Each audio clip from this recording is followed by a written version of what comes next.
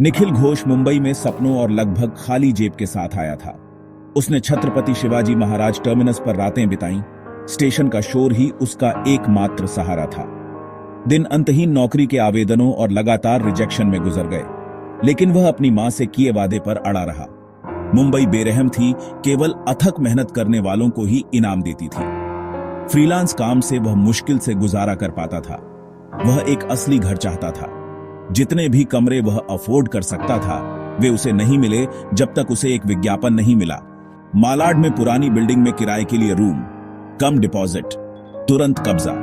कीमत अविश्वसनीय रूप से कम थी, लेकिन हताशा ने उसके सारे डाउट खत्म कर दिए। अपने आखिरी रुपयों से निखिल ने एक चांस लिया, इस बात से अनजान कि वह अपनी कल्पना से कहीं ज्यादा खोने वाला था। पता निखिल को मालाड में एक टूटी फूटी बिल्डिंग तक ले गया। उसका जीर्ण शीर्ण होना लगभग जीवित था। अंदर मिस्टर अल्मेडा, दुबले पतले मकान मालिक ने उससे मुश्किल से सवाल किए। कमरा 404, चौथी मंजिल, सस्ता, अल्मेडा ने घिसी हुई आवाज में कहा। विज्ञापन में दी गई कीमत ही बताई। निखिल झिझका, इतना सस्ता क्यों? अल्मेडा की आंखें काली पड़ गईं। पिछला किराएदार जल्दी में चला गया। लोग कहते हैं कि इसमें कैरेक्टर है। उसने चाबी मेज पर सरका दी। अपना पहला पेमेंट मिलने पर डिपॉजिट देना, दूसरे निवासियों को डिस्टर्ब मत करना, रात में शोर मत करना। चाबी निखिल की हथेली में ठंडी और भारी महसूस हुई। हर इंस्टिंक्ट ने भागने के लिए कहा, लेकिन थकान और उम्मीद जीत गई। वह लड़खड़ाती सीढ़ियां चढ़ा, यह जाने बिना कि वह एक बुरे सपने को अनलॉक कर रहा था। कमरा 404 का दरवाजा उसके पीछे बंद हो गया, उसकी किस्मत को सील कर दिया। कमरा परछाइयों और दागों का एक डिब्बा था, हवा, धूल और किसी मेटालिक चीज से भरी हुई थी। निखिल खाट पर गिर गया, लेकिन नींद नहीं आई। खुरचने की आवाजें और धीमी फुसफुसाहट रात भर सुनाई देती रहीं, दुखद और डरावनी। उसने तर्क करने की कोशिश की, चूहे, पुरानी बिल्डिंग में सेटल होने की आवाज, लेकिन देखे जाने का एहसास बढ़ता गया। ठंडी जगहें कमरे में घूमती रहीं और परछाइयां हिलती हुई लगीं। उसने दरवाजे के पास गहरे खरोंच देखे, जैसे किसी ने बाहर निकलने की कोशिश की हो। सुबह राहत लाई, लेकिन शांति नहीं। निखिल को पता था, हड्डियों तक अंदरूनी तौर पर, कि यह बस शुरुआत थी। कमरा खाली नहीं था। दिन में निखिल एक डिजाइन एजेंसी में काम करता था, लेकिन रातें कमरे की थीं। फुसफुसाहट और क्लियर होती गई, एक महिला का रोना, कुर्सी का अपने आप हिलना।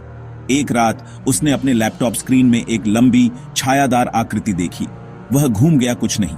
नींद असंभव हो गई, रोशनी से बस परछाइयां नाचती थीं।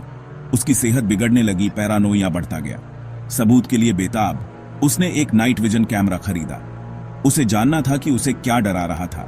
कैमरा उसकी सैनिटी के लिए आखिरी उम्मीद बन गया। उसने उसे सेट किया, हॉरर का सामना करने के लिए दृढ़। कैमरे का फुटेज एक बुरा सपना था। एक ईथरियल परछाई बन रही थी, उसके बिस्तर तक सरक रही थी। जब वह सो रहा था तो करीब झुक रही थी। हिलकर निखिल ने मिस्टर अल्मेडा का सामना किया, उसे सबूत दिखाए। मकान मालिक का मुखौटा टूट गया। उसने कबूल किया, सालों पहले एक युवा महिला, एक महत्वाकांक्षी अभिनेत्री ने कमरा 404 में आत्महत्या कर ली थी। उसकी निराशा अभी भी थी, जीवित लोगों पर फीड कर रही थी। बिल्डिंग के काले इतिहास ने उसकी आत्मा को फंसा लिया था, कमरे को एक भूखा ईको बना दिया था। कमरे को एक प्रेजेंस चाहिए, अल्मेडा ने फुसफुसाया। यह निराश लोगों को बुलाता है। निखिल को एहसास हुआ कि वह एक किराएदार नहीं था, वह एक बलिदान था। मुझे जाने दो, उसने भीख मांगी। अल्मेडा ने सिर हिलाया। कमरे ने तुम्हें चुना है, यह आसानी से जाने नहीं देता। निखिल का हॉरर गहरा हो गया। भागना असंभव लग रहा था। मकान मालिक के कबूलनामे ने कोई राहत नहीं दी, केवल डर।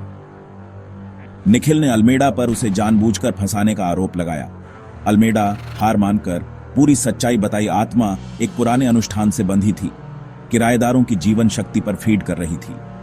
जितना ज्यादा कोई रहता, इकाई उतनी ही मजबूत होती जाती और छोड़ना उतना ही मुश्किल होता।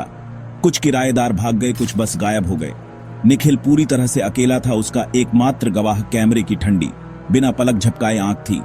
उसने उसे फिर से सेट किया, एक रिकॉर्ड, एक चेतावनी छोड़ने के लिए बेताब। कैमरे की हरी रोशनी अंधेरे में उसकी एकमात्र सहयोगी थी। जीने की चाह में निखिल ने भागने की कोशिश की। उसने अपना बैग पैक किया, ट्रेन स्टेशन तक भागा और मुंबई से बाहर का टिकट खरीदा। लेकिन जैसे ही वह इंतजार कर रहा था, रियलिटी धुंधली हो गई। ठंड, रोना, वापस खींचे जाने का एहसास। उसने ट्रेन की खिड़की में उसकी परछाई देखी, खोखली आंखें, दुखद। अचानक वह कमरा 404 के दरवाजे पर वापस आ गया, हाथ में चाबी। वह कभी गया ही नहीं था। पलायन एक क्रूर भ्रम था, कमरे की एक चाल। बाहर का शहर पहुंच से बाहर था, बुरा सपना इनएस्केपेबल था। असफल पलायन के बाद निखिल ने कमरे के सामने सरेंडर कर दिया। उसने काम करना बंद कर दिया, कॉल का जवाब देना बंद कर दिया, लड़ना बंद कर दिया। इकाई के दुख ने उसे निगल लिया, वह दीवारों में घुल गया।